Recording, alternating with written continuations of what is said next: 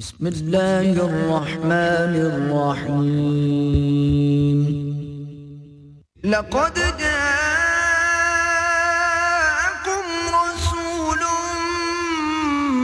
من انفسكم عزيز عليه ما عنتم حريص عليكم بالمؤمنين رؤوف رحيم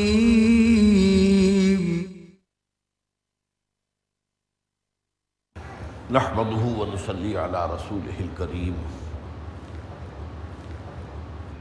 اما بعد فقد قال الله تبارك وتعالى كما ورد في سورة الأعلى اعوذ بالله من الشيطان الرجيم بسم الله الرحمن الرحيم سبح اسم ربك الأعلى الذي خلق فسوى والذي قدر فهدى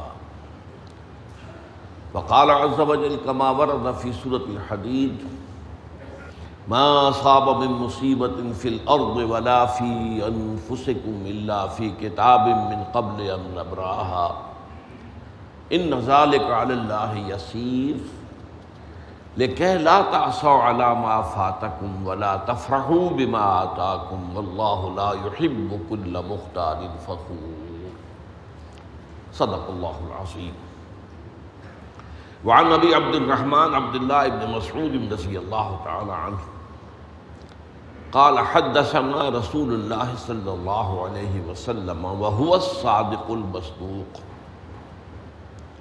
ان احدکم یجمع خلقه في بطن امه 40 یوما نطفة ثم يكون علقة مثل ذلك ثم يكون مضغة مثل ذلك ثم يرسل إليه الملك فينفخ فيه الروح ويؤمر بأربع كلمات بكتب رزقه وأجله وعمله وشقي أو سعيد فوالله الذي لا إله غيره إن أحدكم ليعمل بعمل أهل الجنة حتى ما يكون بينه وبينها إلا ذراع فيسبق عليه الكتاب فيعمل بعمل أهل النار فيدخلها وإن أحدكم ليعمل بعمل أهل النار حتى ما يكون بينه وبينها إلا ذراع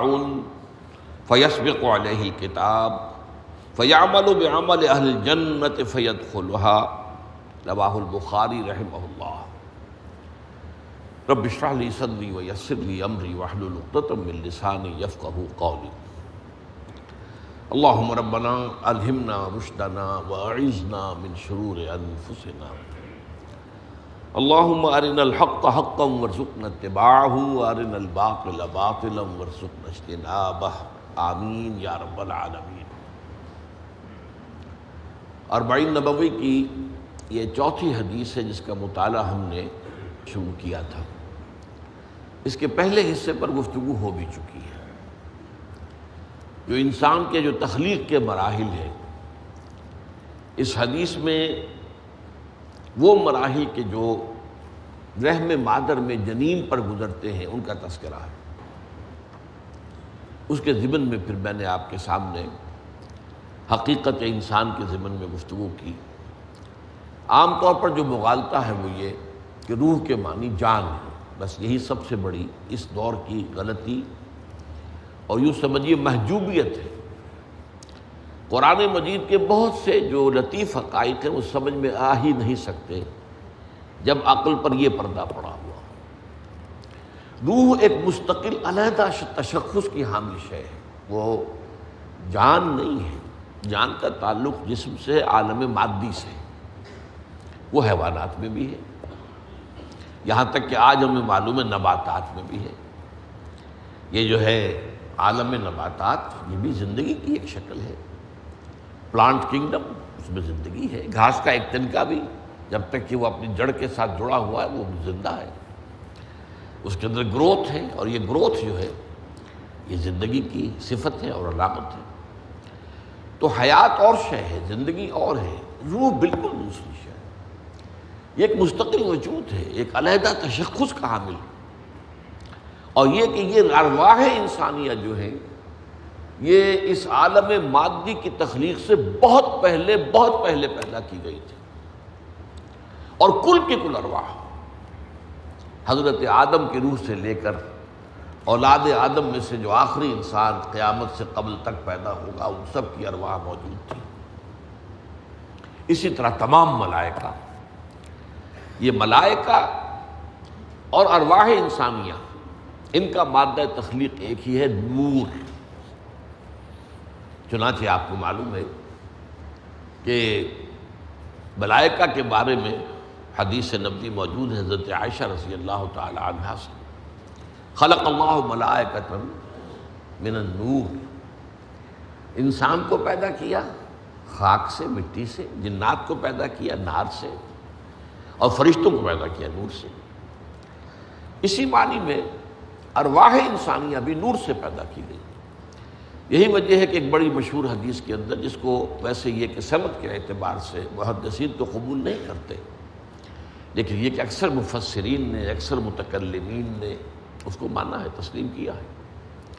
ان اول ما خلق اللہ نوری، نوری سے مراد روحی، روح محمدی، وہ نور محمدی ہے جو اس عالم میں، وہ پری بگ بینگ ایرا جو تھا، ابھی بگ بینگ تو بہت بعد میں آئے گا، بگ بینگ سے تو یہ جو میٹیریل کائنات ہے، میٹیریل یونیورس ہے، اس کا آغاز ہوا۔ یہ در حقیقت میٹا فزیکل، یہ میٹیریل سے سپر میٹیریل جو ہے، ارواح انسانیہ اور فرشتے، ان کا تعلق جو ہے وہ عالم مادی سے نہیں، عالم خلق سے نہیں ہے، عالم امر سے۔ اب جیسے کہ ہمیں معلوم ہے سورہ اعراف میں کس قدر اہتمام کے ساتھ فرمایا گیا کہ ہم سب نے عہد کیا تھا اللہ سے ان دنیا میں آنے سے پہلے، کہ کس نے کیا تھا؟ میں تو آج سے تقریباً 75 برس قبل جو ہے دنیا میں آیا، میں نے کب عہد کیا؟ وہ عہد سب نے کیا، الست بربکم قالوا بلی۔ وہ کیسے سمجھ میں آئے گا اگر یہ معلوم نہ ہو کہ ارواح سب کی سب پہلے پیدا کر دی گئی تھی اور ان سب سے اللہ نے عہد لیا تھا۔ یہ میثاق ہے، میثاق عہد الست جو ہم کر کے دنیا میں آئے۔ اس طرح دیکھیے سورہ کہف کے اندر ایک بڑا پیارا جملہ آتا ہے کہ یوم القیامت کو پھر پوری نوع انسانی کھڑی ہوگی سامنے، اور اس وقت اللہ تعالیٰ فرمائے گا لَقَدْ جِئْتُمُونَا كَمَا خَلَقْنَاكُمْ أَوَّلَ مَرَّةٍ، آ گئے ہو نا ہمارے پاس جیسے کہ ہم نے تمہیں پیدا کیا تھا پہلی بار۔ اب کیا سمجھ میں آئے گا کسی شخص کے جو روح کا علیحدہ تشخص نہ مانتا ہو؟ جو تخلیق ہے اول مرہ وہ عالم ارواح میں ہوئی ہے، صورت روح میں، اور تمام روحیں موجود تھیں جب عہد لیا گیا، کمال جیسے کہ تمہیں پیدا کیا تھا، آج اسی طرح تم سب کے سب پھر ہمارے حضور میں حاضر ہو۔ یہ تشبیہ جو ہے بے معنی ہو جائے گی اگر یہ بات نہ مانی جائے۔ بہرحال وہ حصہ تو ایک حد تک جو ہے بیان ہو چکا۔ اب آگے چلیے، جو ترجمہ ہے دوبارہ کر لیتے ہیں۔ یقیناً تم میں سے ہر ایک کی کا مادہ تخلیق اس کی ماں کے بطن میں اس طرح تیار ہوتا ہے کہ 40 دن وہ نطفے کی شکل میں ہوتا ہے، پھر اتنا ہی عرصہ وہ علقہ کی شکل میں ہوتا ہے، پھر اتنا ہی عرصہ وہ مضغہ کی شکل میں ہوتا ہے۔ ثم یرسل الیہ الملک، پھر بھیجا جاتا ہے اس کی طرف فرشتے کو، فینفخ فی الروح، تو وہ اس میں روح پھونک دیتا ہے۔ وہ روح جو اس وقت پیدا کی گئی تھی ایک خاص سٹور ہاؤس کے اندر، اسے آپ کولڈ سٹوریج کہتے ہیں، اس میں اس کو سلا دیا گیا تھا، وہاں سے اس کی معین روح جو ہے لا کر پھونک دی جاتی ہے۔ اس کے بعد اگلا حصہ جو ہے اس کا تعلق ہے ایمان بالقدر سے، تقدیر پر ایمان۔ اور یہ جان لیجئے کہ یہ دین کے اور فلسفہ اور حکمت دین کے مشکل ترین موضوعات میں سے مشکل ترین۔ پہلے ترجمہ کر لیجئے پھر اس کے بارے میں گفتگو ہوگی۔ وَيُؤْمَرُ بِأَرْبَعِ كَلِمَاتٍ، اس فرشتے کو ساتھ ہی حکم ملتا ہے 4 باتیں بھی لکھ دے۔ بِكَتْبِ رِزْقِهِ، یہ لکھ دے کہ اس کا رزق کتنا ہوگا دنیا میں، وَأَجَلِهِ، اور یہ بھی لکھ دے کہ اس کی عمر کتنی ہوگی، وَعَمَلِهِ، اور یہ بھی لکھ دے کہ اس کے اعمال کیسے ہوں گے، وَشَقِيٌّ وَسَعِيدٌ، اور یہ بھی لکھ دے کہ یہ بدبخت ہوگا، بد نصیب ہوگا، بد قسمت ہوگا یا سعید ہوگا۔ خوش قسمت ہوگا۔ فواللہ الذی لا الہ غیرہ، تو قسم ہے اس اللہ کی جس کے سوا کوئی خدا نہیں ہے، کوئی الہ نہیں ہے۔ ان احدکم لیعمل بعمل اہل الجنۃ، تم میں سے کوئی شخص عمل کرتا رہتا ہے جنت والوں کے سے اعمال، حتی ما یکون بینہ وبینہ الا ذراع، یہاں تک کہ اس کے اور جنت کے درمیان ایک ہاتھ کا فاصلہ رہ جاتا ہے۔ فیسبق علیہ الکتاب، تو وہ جو اس کتاب میں لکھا گیا تھا، جو تحریر لکھی گئی تھی پہلے سے، وہ غالب آ جاتی ہے۔ فیعمل بعمل اہل النار، تو وہ جہنمیوں کے سے عمل شروع کر دیتا ہے۔ فیدخلھا، تو اس میں داخل ہو جاتا ہے۔ اس کے برعکس وَإِنَّ أَحَدَكُمْ لَيَعْمَلُ بِعَمَلِ أَهْلِ النَّارِ، اور ایسا بھی ہوتا ہے کہ تم میں سے کوئی جہنمیوں کے سے عمل کرتا رہے حتی ما یکون بینہ وبینہا الا ذراع، یہاں تک کہ اس کے اور جہنم کے درمیان ایک ہاتھ سے زیادہ کا فاصلہ نہ رہے۔ فیسبق علیہ الکتاب، پھر اس کے اوپر وہ لکھا ہوا جو ہے، ہم عام زبان میں کہیں گے تقدیر کا لکھا، وہ غالب آ جاتا ہے۔ وہ جو اس وقت لکھ دیا گیا تھا وہ غالب آ جاتا ہے۔ فیعمل بعمل اہل الجنہ، تو اب وہ اہل جنت کے سے عمل شروع کر دیتا ہے۔ فیدخلھا، اور اس میں داخل ہو جاتا ہے۔ یہ جو روایت ہے، اس کا جو متن ہم نے ابھی پڑھا ہے، یہ صحیح بخاری سے ہے۔ یہی حدیث ایک اس کی روایت، ایک ورشن، یہ متفق علیہ بھی ہے، بخاری اور مسلم دونوں پر کا جس پر اتفاق ہے۔ جیسے ہم نے دیکھا تھا حدیث جبرائیل کے کتنے ہی متن تھے، اور جو متن ہم نے پڑھا تھا اس 40 نبوی میں، وہ حضرت عمر سے مروی تھا۔ اس کے علاوہ حضرت ابو ہریرہ سے، حضرت عبداللہ ابن عباس سے، حضرت عبداللہ ابن عمر سے مروی تھی۔ وہاں بھی ہم نے ترتیب کا ایک فرق دیکھا تھا۔ حضرت عمر کی روایت میں حضرت جبرائیل کا پہلا سوال یہ تھا کہ اخبرنی عن الاسلام، پھر دوسرا سوال یہ تھا کہ اخبرنی عن الایمان۔ لیکن دوسری روایت میں ترتیب الٹی تھی کہ پہلا سوال اخبرنی عن الایمان، اور دوسرا سوال اخبرنی عن الاسلام۔ تو یہ میں نے بہت ابتدا میں آپ سے کہہ دیا تھا کہ احادیث کے معاملے میں یہ بات جان لینی چاہیے کہ اتنا تھوڑا سا فرق ہو جانا جو ہے وہ بعید نہیں ہے، اس لیے کہ احادیث قرآن مجید کی طرح لفظاً محفوظ نہیں ہے۔ لفظاً محفوظ جو ہے قرآن ہے، یہ معناً محفوظ ہیں، لیکن یہ کہ لفظاً نہیں ہے۔ ظاہر بات ہے کہ اس میں انسان کی صلاحیت کو وہ دخل ہے۔ اس لیے کہ میں نے جو بات ابھی کہی، تھوڑی دیر کے بعد اگر آپ جو ہیں اپنے نوٹس جو ہے کہیں کمپیئر کریں گے کہ کیا کہا تھا ڈاکٹر صاحب نے، تو آپ کے مابین اختلاف ہو جائے گا۔ بات بنیادی طور پر تو سب کی سمجھ میں آ گئی ہوگی، لیکن جب آپ اس کو تعبیر کریں گے تو اس میں فرق ہو جائے گا۔ تو اس حد تک فرق جو ہے ہو جانا کوئی بعید نہیں ہے، اور ہمارے لیے کوئی تشویش کا موجود نہیں۔ نمبر 2 یہ کہ اس حدیث کا اور بھی جو ہے وہ متن ہے، وہ بعد میں جو ہے وہ ہم دیکھیں گے۔ اب اصل میں سمجھیے کہ مسئلہ اس میں ہے کیا۔ دیکھیے، ایمان بالقدر جو ہے وہ جیسا کہ میں نے عرض کیا کہ مشکل ترین مسائل میں سے، یہاں تک کہ میں نے 3 باتیں یہاں لکھی ہوئی ہیں، یہ سمجھ میں تو آ سکتا ہے، بیان میں نہیں ہوتا، اور اگر بحث ہو جائے تو الجھ جاتا ہے۔ یہ 3 جملے یاد رکھیے، اس لیے کہ اگر سمجھ میں نہ آئے تو پھر یہ ہمارے ایمانیات میں شامل نہیں ہونا چاہیے، پھر تو یہ تکلیف مالا یطاق ہو جائے گی کہ جس چیز کو سمجھنے کی ہمارے اندر استطاعت ہی نہیں ہے، اس کو ماننے کا ہمیں کیوں حکم دیا گیا؟ یہ کہ کسی چیز کی تفصیل، اللہ کی ذات و صفات کی تفاصیل، اللہ کی ذات کیسی وہ ہماری سمجھ سے بالا تر ہے، لیکن اس کے بارے میں تو ہمیں سوچنے سے بھی روک دیا گیا۔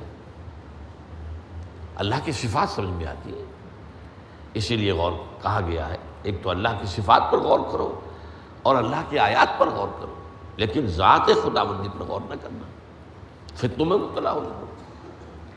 تو بہرحال جب ایمان جو ہم نے پڑھا ہے اس سے پہلے کہ ایمان کیا ہے، مال ایمان کے جواب میں وہ جو حدیث جبرائیل میں الفاظ آئے ہیں ان تؤمن باللہ و ملائکتہ و کتبہ و رسلہ والیوم الآخر والقدر خیرہ و شرہ.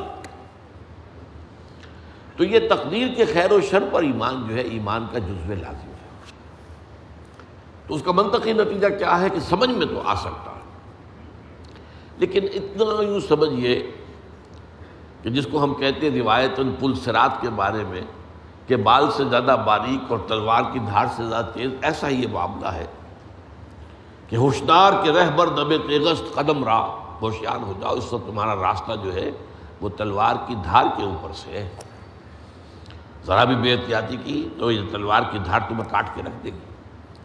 تو اس اعتبار سے بیان کی کوشش جب ہم کرتے ہیں تو اس کے اندر ادھر ادھر پھسل جانا اس کا امکان ہوتا ہے، خاص طور پر اگر بحث میں پڑ گئے تو پھر یہ چیز جو ہے بہت بڑے فتنے کی شکل اختیار کر لیتی. چنانچہ اس کی میں حدیث آپ کو پہلے سنا دوں. عن ابی ہریرہ رضی اللہ تعالی عنہ قال خرج علینا رسول اللہ صلی اللہ علیہ وسلم. حضرت ابو ہریرہ سے روایت ہے کہ ایک روز حضور صلی اللہ علیہ وسلم برآمد ہوئے اپنے حجرے سے، ہمارے پر تشریف لائے. وَنَحْنُ نَتَنَازَعُ فِي الْقَدْرِ، اور اس وقت ہم تقدیر کے بارے میں جھگڑ رہے تھے. وہی نزاع، بحث مباحثہ، اس وقت ہم بحث مباحثے میں تھے، یہ تقدیر. فَغَضِبَ، تو حضور غضبناک ہوئے، غصے میں آ گئے. حتیٰ احمر وجہہ، اور غصہ بھی اتنا شدید تھا کہ آپ کا چہرہ مبارک جو ہے سرخ ہو گیا. کانما فقع فی وجنتہ حب الرمان، ایسے لگا جیسے کہ آپ کے گالوں پر جو انار کا رس ہے وہ ٹپکا دیا گیا ہے. سرخ انار، اس کا سرخ جو ہے رس، گویا کہ وہ آپ کے گالوں کے اوپر آ گیا ہے. اتنی سرخی گالوں پر آ گئی غصے کی وجہ سے. فقال، اب غور سے سنیے حضور نے کیا فرمایا. اب ھذا امرتم، کیا تمہیں اس بات کا حکم دیا گیا ہے کہ تم تقدیر کے بارے میں بحث کرو؟ ام بھذا ارسلتم الیکم، یا کیا میں اس کام کے لیے تمہاری طرف بھیجا گیا ہوں؟ انما ہلک من کان قبلکم حتی تنازعوا فی ھذا الامر، جان لو تم سے پہلے بھی لوگ اور امتیں جو تھیں، مسلم امتیں، وہ ہلاک ہوئیں اسی بات پر کہ انہوں نے اس مسئلے کے اندر جھگڑا کیا، مباحثہ کیا، مناظرہ کیا. عزمت علیکم، یہ تکرار، میں تم پر لازم کرتا ہوں اللہ تنازعوا فی، کہ اس کے بارے میں آپس میں جھگڑو مت. تو معلوم ہوا، میری بات پھر نوٹ کیجئے، کہ جب ایمان میں داخل ہے تو سمجھ میں تو بات آ سکتی ہے، بیان میں آنی مشکل، اور اگر اس پر بحث مباحثہ ہو جائے تو فتنہ. اسی ضمن میں ذات باری تعالیٰ کے بارے میں ایک بڑا خوبصورت شعر ہے جو حضرت مجذوب نے کہا ہے، جو مولانا اشرف علی تھانوی کے رحمۃ اللہ علیہما ان کے خلیفہ تھے. تو دل میں تو آتا ہے، سمجھ میں نہیں آتا، بس جان گیا میں تیری پہچان یہی ہے. اللہ تعالیٰ دل میں تو آتا ہے، سمجھ میں نہیں آتا. اللہ کی ذات کو کون سمجھے گا؟ اگر عقل کے گھوڑے دوڑانے شروع کر دیے ذات باری تعالیٰ کے بارے میں تو گمراہی ہے. تم اپنے تصور سے کوئی خدا بنا لو گے اور سمجھو گے یہ خدا، وہ خدا تو نہیں، وہ تو تمہاری اپنی تخلیق ہے، تمہاری قوت تصور متصورہ جو ہے اس کی تخلیق ہے.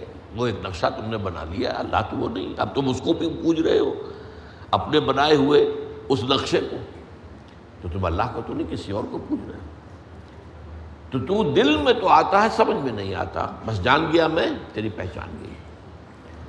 اس اعتبار سے واقعہ یہ ہے کہ اس معاملے میں تھوڑی سی گفتگو تو ہم کریں گے بات کو سمجھنے کے لیے. اللہ کرے کہ مجھے بھی بیان میں اللہ تعالیٰ کی طرف سے توفیق میسر ہو جائے کہ کہیں کوئی لفظ ادھر سے ادھر نہ ہو جائے اور بات جو ہے وہ متوازن سامنے آ جائے، اور آپ کا بھی انشراح صدر اور آپ کو انشراح ذہن بھی اس میں حاصل ہو جائے. میں نے جو آج آیات پڑھی ہیں ان کو بھی پہلے نوٹ کر لیجئے. سبح اسم ربک الاعلی الذی خلق فسوی والذی قدر فہدی. تسبیح کرو اپنے اس رب کے نام کی جو بلند و بالا ہے، اعلیٰ ہے، سب سے اونچا ہے، ارفع، جس نے پیدا کیا اور پھر نوک پلک سنوار دی۔ یہ تخلیق اور تسویہ یہ دو مراحل ہیں جس کو کہ آپ آسانی سے سمجھ سکیں گے کہ ایک ہے کسی بلڈنگ کی کا سٹرکچر کھڑا ہو گیا، یہ تخلیق ہو گئی، سٹرکچر بن گیا، اب اس کی فنیشنگ ہو رہی ہے، اس میں آرکیٹیکچرل ٹچز دیے جا رہے ہیں، اس کو تزئین ہو رہی ہے، اس کو خوبصورت بنایا جا رہا ہے، یہ تسویہ ہے۔ تو خلق فسویٰ، تخلیق بھی اللہ نے فرمائی اور تسویہ بھی فرمایا۔ والذی قدر فہدی، اور وہ کہ جس نے پہلے تقدیر معین کی پھر ہدایت دی۔ اب یہ ٹکڑا ہے جو بہت اہم ہے، قدر۔ اصل میں اس لفظ کو سمجھیے، قدر کسے کہتے ہیں؟ قدر ہی سے ایک لفظ قدرت بنتا ہے، طاقت، اختیار۔ قدر کے لفظی معنی ہے کسی شے کی قدر و قیمت، جو ہم کہتے ہیں قدر و قیمت۔ جب یہ بطور فعل آئے گا تو اس کے کیا معنی ہے؟ ٹو ایویلویٹ، کسی شے کی قدر و قیمت کا تعین کرنا، ٹو ایویلویٹ۔ اور بار قرآن مجید میں ایک سے زائد مرتبہ ہے ما قدر اللہ حق قدرہ، یہ اندازہ نہ کر سکے، قدر نہ کر سکے اللہ کی جیسے کہ اس کے قدر کا حق تھا۔ اب ہم یہ تو کہہ دیں گے علی کل شیء قدیر ہے، وہ کتنا قدیر ہے، کیسے ممکن ہے ہمارے لیے؟ ہمارے ذہن کی ترازو گویا کہ سنار کی ترازو کے مانند ہے، جس میں تولے اور ماشے تلتے ہیں، ٹنوں سریا تو اس میں نہیں تولا جا سکتا۔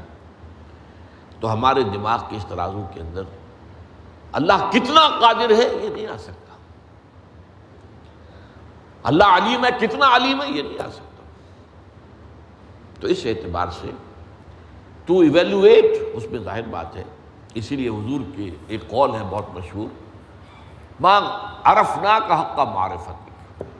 اب دیکھیے حضور فرما رہے ہیں، ہما شما کا معاملہ کیا، میں اور آپ کس گنتی میں آئیں گے؟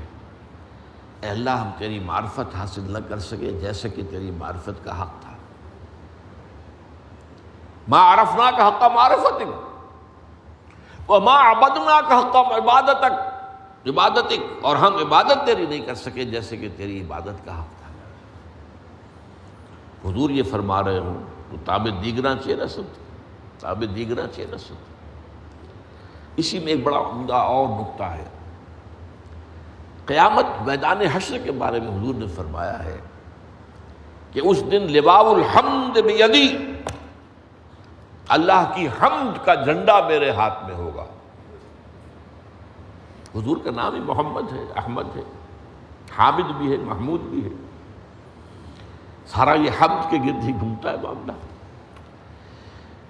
تو اس اعتبار سے قیامت کے دن دربار خداوندی، اب وہ دربار کیا ہوگا ہم کچھ سمجھ تو نہیں سکتے۔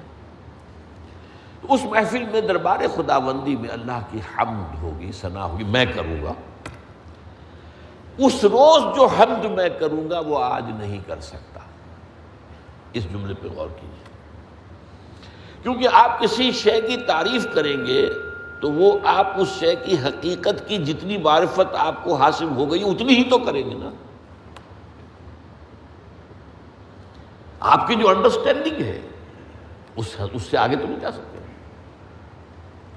تو گویا کہ حضور کے سامنے بھی حضور بھی فرما رہے کہ جو معرفت رب اس وقت مجھے حاصل ہوگی وہ آج حاصل نہیں، جو حمد میں اس روز اللہ کی کروں گا وہ میں آج نہیں کر سکتا۔ تو میں نے آپ سے بتایا کہ یہ قدر جو ہے ایک تو اسی سے لفظ قدرت بنا ہے، اور نمبر دو اسی سے کسی شے کی قدر و قیمت، اور پھر اسی کے معنی ہے اندازہ مقرر کر دینا، کسی شے کا اندازہ مقرر کر دینا، یہ قدر ہے۔ اللہ نے ہر چیز کا ایک اندازہ مقرر کر دیا ہے۔ اور قدر مقادیر، مشکات شریف میں ایک پورا باب ہے ایمان بالقدر، اس کا عنوان ہے صحیح معنی میں۔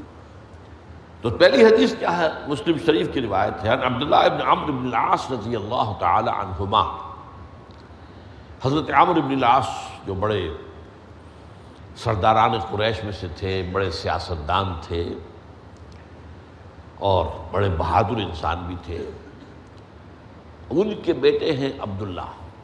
اور بڑی دلچسپی کی بات یہ ہے کہ باپ اور بیٹے کے مزاج میں بعد المشرقین تھا. وہ تھے جنگجو اور سیاستدان اور بڑے سرداروں میں سے، یہ تھے انتہائی زاہد و عابد، انتہائی زاہد و عابد. انہی کے بارے میں آتا ہے پوری رات کھڑے رہتے تھے نوافل میں، اور ہر روز روزہ رکھتے تھے، جس پر حضور نے یوں کہنا چاہیے کہ ڈانٹ پلائی. آپ کو اطلاع ہوئی، آپ نے بلایا، یا عبداللہ اولم اخبر انک تقوم اللیل و تصوم النہار تصوم الدہر، کیا مجھے یہ خبر نہیں دی گئی ہے؟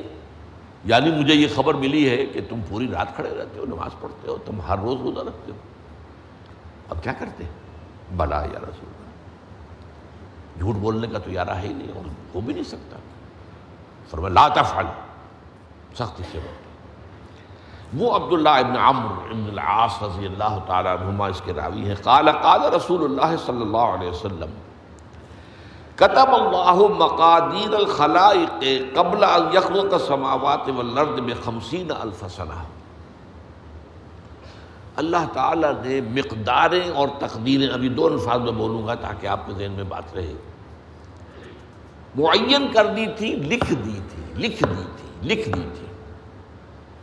آسمانوں اور زمین کی تخلیق سے 50,000 سال قبل.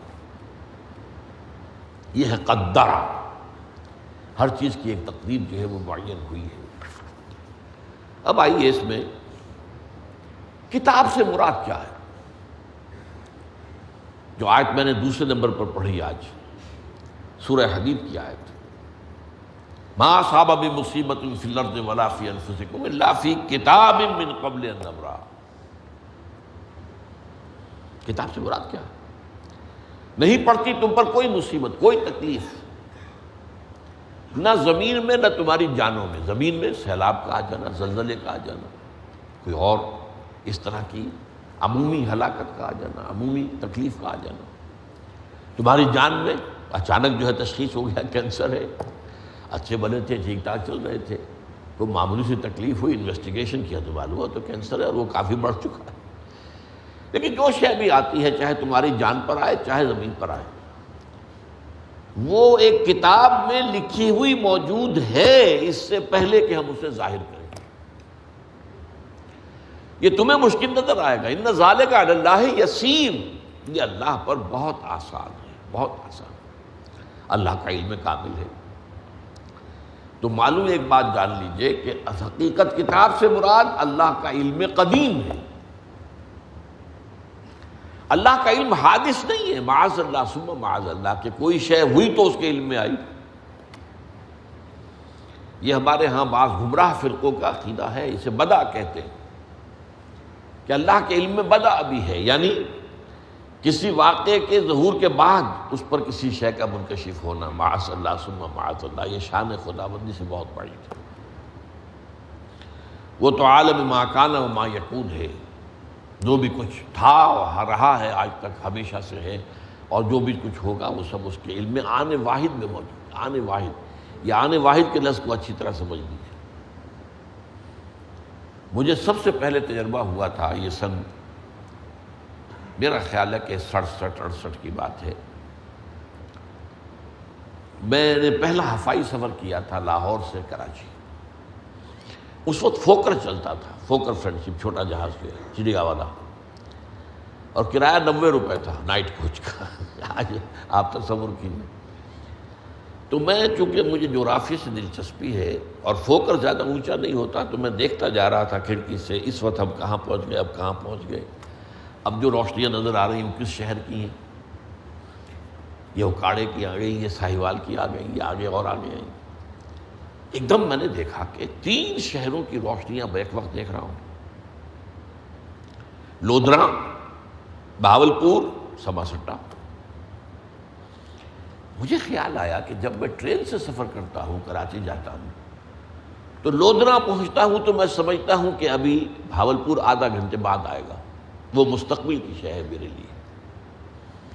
بھاولپور پہنچتا ہوں تو لودھنا میرے لیے ماضی کی بات بن جاتی ہے، آدھے گھنٹے پہلے لودھنا آیا تھا، اور آدھے گھنٹے کے بعد جو ہے سمرسٹا آئے گا، وہ میرے لیے مستقبل بن گیا، لودھنا ماضی بن گیا۔ لیکن اس بلندی پر میں بیک وقت دیکھ رہا ہوں لودھنا کو بھی اور بہاولپور کو بھی اور سمرسٹا۔ یہ معاملہ جو ہے اس کو 1 بلین سے ضرب دے لیجئے، اللہ تعالیٰ اس بلند مقام سے دیکھ رہا ہے جہاں اس کے مشاہدے میں، اس کے علم میں ماضی اور مستقبل کا کوئی سوال ہی نہیں۔ آنے واحد۔ تو یہ در حقیقت کتاب جسے کہا گیا قرآن مجید میں بار بار بہت جگہوں پر آیا ہے، تو یہ کتاب جو ہے در حقیقت اللہ تعالیٰ کا علم قدیم، اس میں سب کچھ موجود ہے، ہمیشہ سے موجود ہے، لکھا ہوا موجود ہے، اور کوئی غلط نہیں ہو سکتا۔ آگے چل کر گفتگو ہوگی اصل میں بعد میں کہ تقدیر کے جو عام عقیدے میں ہم تقدیر کہتے ہیں اس کے 2 پہلو ہیں۔ ایک پہلو ہے ما اصاب علی الانسان، جو کچھ انسان پر آتا ہے مصیبت، جیسے ابھی آیت میں نے پڑھی ما اصاب من مصیبت فی الارض ولا فی انفسکم، ہم ہر وقت زد میں ہیں، کوئی تکلیف آ گئی، کوئی مصیبت آ گئی، کوئی بیماری آ گئی، کوئی حادثہ ہو گیا، کوئی بچہ فوت ہو گیا، کوئی عزیز جو ہے وہ فوت ہو گیا، یہ ہر وقت حوادث ہے۔ تو جو بھی کچھ پیش آتا ہے وہ علم خداوندی میں ہمیشہ سے تھا۔ یہی وجہ ہے کہ ایک اور حدیث ہے ابن الدیلمی سے، لمبی حدیث ہے وہ، لیکن اس کے اندر جو آخری ٹکڑا ہے وَتَعْلَمَ، یعنی انسان کے نجات کے لیے لازم ہے کہ یہ بات بھی تم جان لو انما اصابک لم یکن لیخطئک وانما اخطأک لم یکن لیصیبک ولو مت علی غیر ھذا، اگر تم اس کے سوا کسی صورت پر ہوگے تو جہنم میں داخل ہو جاؤ گے، دخلت النار۔ یہ جان لو کہ جو چیز تم پر آئی وہ آنی ہی آنی تھی۔ دیکھیے ہوتا کیا ہے، کاش کہ میں اگر یوں کر لیتا تو یہ نہ ہوتا، بس یہی ایمان بالقدر کے منافی ہے۔ جو ہوا ہے وہ اللہ تعالیٰ کے ہاں تو پہلے سے طے تھا، ہونا ہی تھا۔ تمہاری کوئی تدبیر، کاش کہ میں اس وقت یہ کر لیتا، یہ لو، اسی لیے ایک حدیث میں الفاظ آئے ہیں ان کلمۃ لو تفتح عمل الشیطان، اس لو سے، کاش، اس سے شیطانی عمل شروع ہو جاتا، کاش کہ یہ ہو جاتا، کاش میں یہ نہ کرتا، کاش کہ ہو جاتا، تو یہ نہیں۔ تعلم انما اصابک لم یکن لیخطئک، تو جان لے اس بات کو کہ جو چیز تم پر آئی ہے وہ ہرگز ٹلنے والی نہیں تھی۔ کوئی تدبیر تم کر لیتے، کوئی کسی وقت کوئی ہیلا کر لیتے، کوئی تم قدم اٹھا لیتے، کچھ بھی کر لیتے، وہ تو آنی ہی آنی تھی۔ وما انما اخطاک، جو چیز تم سے چھوٹ گئی، رہ گئی، نہیں ملی۔ ایک ویکنسی ایڈورٹائز ہوئی تھی، آپ نے بھی درخواست دی تھی، آپ کو نہیں ملی، اب آپ کہو ہو کاش کہ میں نے فلاں سے سفارش کرا لی ہوتی، بس گئے۔ تو جو چیز چھوٹ گئی وہ چھوٹ جانی ہی تھی، اس میں قطعاً جو ہے کوئی شکل، کوئی تدبیر، کوئی سفارش، کسی طرح کا کوئی بھی ہیلا، کوئی جو ہے اس میں کارگر نہیں ہو سکتا تھا۔ لم یکن لیصیبک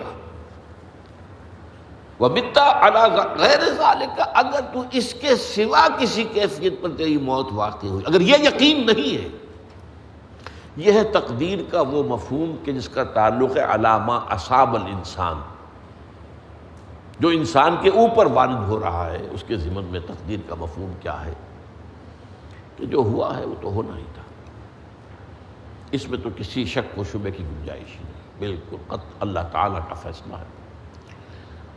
البتہ در حقیقت ایک دوسرا پہلو ہے، ما یفعل الانسان، وہ جو انسان کرتا ہے۔ یہاں آ کر یہ تقدیر کا مسئلہ بہت ٹیڑھا ہو جاتا ہے۔ آیا میرے اندر کوئی اختیار بھی ہے کہ نہیں؟ Do I have any free choice؟ یا ہر شخص پہلے سے طے ہے؟ تقدیر کا ایک عام مفہوم یہ ہے، اور اس مفہوم میں بھی بعض روایات بھی ہیں جو اس کی تائید کرتی ہیں کہ ہر چیز پہلے سے طے ہے، لکھی ہوئی ہے۔ اور یہ جو حدیث ہم نے ابھی پڑھی ہے، یہ گویا کہ اس کی ایک مثال ہے کہ وہ جو لکھ دیا گیا تھا، فرشتے نے لکھ دیا تھا، رحم مادر میں لکھ دیا تھا، شقی اور سعید، یہ بدبخت ہے یا سعادت مند ہے۔ تو ایک شخص پوری عمر نیکی کے کام کرتا رہا، آخری وقت میں آ کر کوئی ایسا حادثہ پیش آ گیا کہ وہ اہل جہنم کے سے کام شروع کر دی اور جہنمی ہو گیا۔ یا ایک شخص ساری عمر جو ہے جہنمیوں کے سے کام کرتا رہا، آخری وقت میں آ کر کوئی ایسی توفیق ملی، کچھ ایسا معاملہ ہو گیا، توبہ کر لی اور اس نے جو ہے اہل جنت کے سے اعمال شروع کرنے کی ضرورت ہوگی۔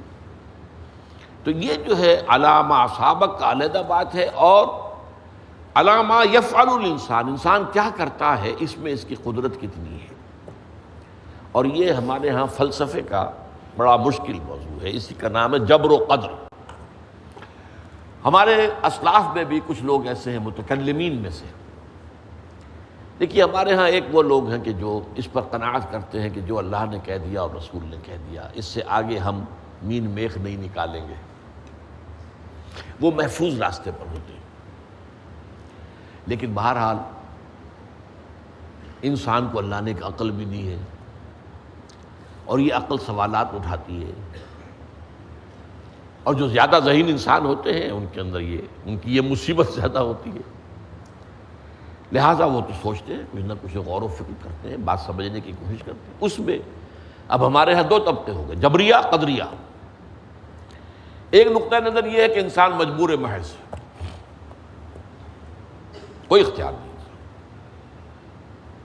اور ایک یہ ہے کہ انسان قادر مطلق ہے، جو چاہتا ہے اپنے فیصلے میں مختار مطلق ہے، وہ فیصلہ کرتا ہے۔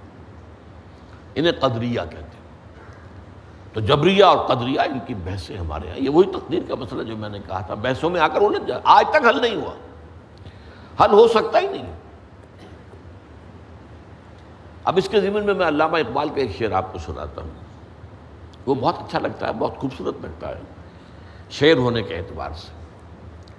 تقدیر کے پابند جمادات و نباتات، مومن صرف اللہ کے احکام کا پابند۔ اس میں انسان سے پابندی کی نفی کر دی گئی ہے، وہ صرف پابند ہے اللہ کے احکام کا۔ نتیجے کے اعتبار سے تو جو یہ شعر کہہ رہا ہے جو بات، وہ صحیح ہے، پابندی اصل جو ہے وہ اللہ کے احکام کی ہے، لیکن یہ کہ تقدیر کی پابندی سے انسان بھی پوری طرح آزاد نہیں ہے۔ یہ سمجھ لینا کہ یہ جمادات و نباتات ہی کا معاملہ، یہ غلط ہے، یہ مبالغہ ہے۔ ظاہر بات ہے کہ شاعر جو ہے، شاعر مبالغے سے بچ نہیں سکتا، چاہے وہ علامہ اقبال ہی ہو، کوئی بھی ہو۔ تو اسی لیے سورہ شعراء کے اندر جو عام شعراء کی جو صفات بیان ہوئی ہیں وہ آپ کے ذہن میں آ گئی ہوگی۔ مبالغہ کرتے ہیں، فی کل واد یہیمون انہم یقولون ما لا یفعلون، وہ کہتے بھی وہ کچھ ہے جو کرتے نہیں ہیں، اور یہ بات تو علامہ اقبال پر بھی چشمہ ہوتی ہے۔ بہرحال یہ شعر ذرا پھر نوٹ کیجئے، تقدیر کے پابند جمادات و نباتات، مومن صرف اللہ کے احکام کا، کوئی بات صحیح نہیں۔ انسان بہت سے اعتبارات سے مجبور ہے۔ سب سے پہلے جو ہے انسان کے اندر ایک تقدیر نوعی ہے، نوع انسان۔ چھوٹی سی چڑیا اڑتی پھرتی ہے، انسان نہیں اڑ سکتا۔ آپ نے ٹھیک ہے مشین ایجاد کر دی، جہاز ایجاد کر لیا، آپ دوڑ رہے ہیں، 500 آدمی اور سینکڑوں من سامان لے کر جو ہے وہ جا رہا ہے، 747 ہو یا 757 ہو، یہ کر لیا ٹھیک ہے، خود نہیں اڑ سکتے۔ اب کیا کریں گے آپ؟ یہ تقدیر نوعی ہے، سپیشیز، ہر سپیشیز کے لیے اللہ نے ایک اندازہ مقرر کر دیا ہے، اس اندازے ہی میں رہے گا، اس سے باہر نہیں جا سکتا۔ پھر ایک تقدیر شخصی ہے، اب دیکھیے تقدیر شخصی کیا ہے. بعض اوصاف و صفات ہمیں وراثتاً ملتے ہیں. We have no choice. پہلے بھی یہ بات مانی جاتی تھی، آج جو ہے ذرا سائنٹیفک انداز میں ہم کہتے ہیں جینز میں چلا آ رہا ہے. اس جینز کو کوئی بدل سکتا ہے؟ جو جینز بھی آپ کو ملے اپنے والدین کی طرف سے، وہ آپ کی شخصیت کا ظاہر بات ہے کہ فیصلہ کن طرز پر اس کو ڈھال دیتے. جینز ہے، پابندی ہے. نمبر 2 یہ کہ خاص طور پر جو گھر کا ابتدائی ماحول ہوتا ہے، ماں کی گود اور ابتدائی گہوارہ گھر کا، اس کے جو اثرات مرتسم ہو جاتے ہیں شخصیت کے اوپر، وہ بھی بڑے مستقل ہوتے ہیں، پختہ ہوتے ہیں. ان دونوں چیزوں کو ضرب دے لیجئے، hereditary factors multiplied by environmental factors, اس سے مل کر ایک شے تیار ہوتی ہے جس کو قرآن کہتا ہے شاکلہ. قُلْ كُلٌّ يَعْمَلُ عَلَىٰ شَاكِلَتِهِ فَرَبُّكُمْ أَعْلَمُ بِمَنْ هُوَ أَهْدَىٰ سَبِيلًا. سورہ بنی اسرائیل. شاکلہ کسے کہتے ہیں؟ شاکلہ شکل دینے والی شے. آپ کو لوہا ڈھالنا ہے، کوئی خاص پرزہ بنانا ہے، اس کا پہلے سانچہ بناتے ہیں. لوہے کو پگھلا کے اس میں ڈالیں گے تو جیسا سانچہ ہوگا ویسا ہی لوہا جو ہے وہ شکل اختیار کرے. اسے شاکلہ کہتے ہیں. یہ شاکلہ جو ہے ہر انسان کا، اس سے باہر انسان نہیں جا سکتا. اس کے اندر اندر سٹرگل ہوگی، اس کے اندر اس کی جد و جہد ہوگی. لیکن اس کا یہ مطلب نہیں ہے کہ اس کا کوئی فری چوائس نہیں. فری چوائس ہے، لیکن وہ فری چوائس انہی حدود کے اندر کام کرے گا، اس سے باہر نہیں. اس بات کو مختلف احادیث میں حضور نے بہت خوبصورتی سے بیان کیا. ایک حدیث بڑی اہم ہے، بڑی اہم ہے. الناس کالمعادن، انسانوں کی مثال بھی معدنیات کیسی ہے. اب سونے کی معدنیات میں سے سونے کی جو اور ہے، اب پتہ نہیں اردو میں مجھے معلوم نہیں اور کا ترجمہ کیا کرتے ہیں عام طور پر، لیکن جانتے ہیں اور وہ کچی دھات جس سے کو صاف کر دیتے ہیں تو پھر وہ دھات جو ہے خالص شکل میں سامنے آ جاتی ہے. سونے کی اور سے سونا بنے گا، چاندی کی اور سے چاندی بنے گی، سونا تو نہیں بن سکتا. جتنا چاہے صاف کر لیں، وہ اور تو مستقل ہے. الناس کالمعادن خیارکم فی الجاہلیت خیارکم فی الاسلام. جو تم میں جاہلیت کے دور میں، پری اسلامک دور میں جو بہترین تھے، وہی اسلام میں آ کر بہترین ہوئے ہیں. وہ اور سونے کی تھی، وہ صاف ہو گئی ہے، اور سونا جو ہے وہ نکھر کر خالص سونا بن کر آ گیا ہے. اسلام نے صاف کر دیا. وہ چاندی کی اور تھی، اسلام نے اس کو صاف کر دیا ہے، وہ نکھر کر چمکتا ہوا جو ہے وہ چاندی بن گئی.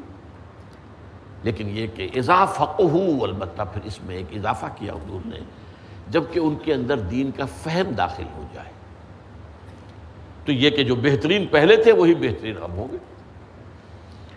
اسلام لانے سے پہلے بھی بہترین ابو بکر تھے، اسلام لانے کے بعد بھی بہترین ابو بکر. حضور پر وحی سے پہلے بھی بہترین خاتون خدیجۃ الکبریٰ تھی، ایمان لانے کے بعد بھی بہترین خاتون خدیجۃ الکبریٰ ہے. اور دوسری حدیث سنیے، عن ابی الدرداء رضی اللہ تعالی عنہ قال بینما نحن عند رسول اللہ صلی اللہ علیہ وسلم، اسی حال میں کہ ہم ایک روز ہم حضور کے پاس تھے، نتناکرون ما یکون، اور ہم ذرا سوچ رہے تھے کیا کیا کچھ پیش آنے والا ہے دنیا میں. اذ قال رسول اللہ صلی اللہ علیہ وسلم، جبکہ حضور نے ہم سے ایک بات کہی، بڑی غور سے سنیے. اذا سمعتم بجبل انزال عن مکانہ فصدقوہ، اگر تم یہ سنو کہ کوئی پہاڑ اپنی جگہ سے ٹل گیا تو مان لینا. وَإِذَا سَمِعْتُمْ بِرَجُلٍ تَغَيَّرَ عَنْ خَلْقِهِ فَلَا تُصَدِّقُوهُ، اور اگر تم سنو کہ کوئی شخص جو ہے وہ اپنی سرشت سے، اپنی جبلت سے بدل گیا تو کبھی نہ مانو۔ یہ شاکلہ ہے، یہ پابندی تو ہے، البتہ اس پابندی میں اس کو آپ شاکلہ کو سرشت کہہ لیں، فارسی میں سرشت کہتے ہیں اس کو، اس کی سرشت، نیک سرشت، نیک تینت، بد تینت، یہ تین مٹی، گویا کہ جس مٹی سے یہ بنا ہے وہ نیک تھی یا بد تھی، نہ نیک تینت بد تینت، سرشت، اس کی سرشت میں برائی۔ اسی کو ایک اور حدیث میں کہا گیا جبل علیہ، جبلت، جبلت، خلق۔ تو یہ چیز پابندی کی ہے، البتہ یہ مسئلہ آج جو ہے پوری گفتگو نہیں ہو سکی ہے ہمیں، پر اسے ابھی ملتوی کرنا ہوگا۔ اللہ تعالی ہمیں دین کے حقائق کو سمجھنے کی توفیق عطا فرمائے، اور سب سے بڑھ کر یہ ہے کہ دین پر عمل کی اور دین کے تقاضوں کو پورا کرنے کی ہمت عطا فرمائے۔ اقول قولی ھذا واستغفر اللہ لی ولکم ولسائر المسلمین والمسلمات۔